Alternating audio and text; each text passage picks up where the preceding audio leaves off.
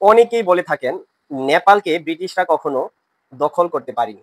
এই কথাটা কতটুকু সত্য তা আমরা আজকে আলোচনার মাধ্যমে সমাধান করব। 1768 সালে গুর্খা রাজা পৃথ্বীনারায়ণ শাহ নেপাল নামক রাজ্যটি প্রতিষ্ঠা করেন। নেপাল রাজ্য প্রতিষ্ঠার পর থেকেই 1814 সাল থেকে 1816 সাল পর্যন্ত ব্রিটিশরা একাধিকবার নেপালকে আক্রমণ করে এবং প্রতিবারই এই গুর্খালি তথা নেপালিরা পরাজিত হয় ব্রিটিশদের কাছে।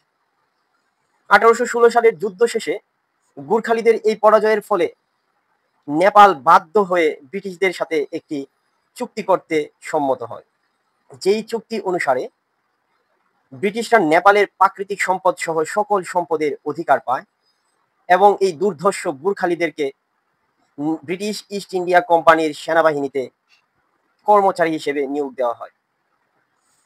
দুর্ধর্ষ এই গুর্খালিদেরকে দিয়ে ব্রিটিশরা তাদের নিজেদের স্বার্থকে চরিতার্থ করার জন্য এমন কোনো কাজকর্ম নেই যে তারা করাতে পারেনি। অর্থাৎ উপনিবেশের কোনো রকম ঝামেলা ছাড়াই ব্রিটিশরা নেপালের কাছ থেকে সকল ধরনের সুযোগ সুবিধা পেয়েছিল বলেই ব্রিটিশরা কখনো নেপালকে দখল করার জন্য আগ্রহ প্রকাশ করেননি। ডিয়ার ভিউয়ার্স, এটাই হচ্ছে প্রকৃত কারণ, এটাই হচ্ছে প্রকৃত সত্য।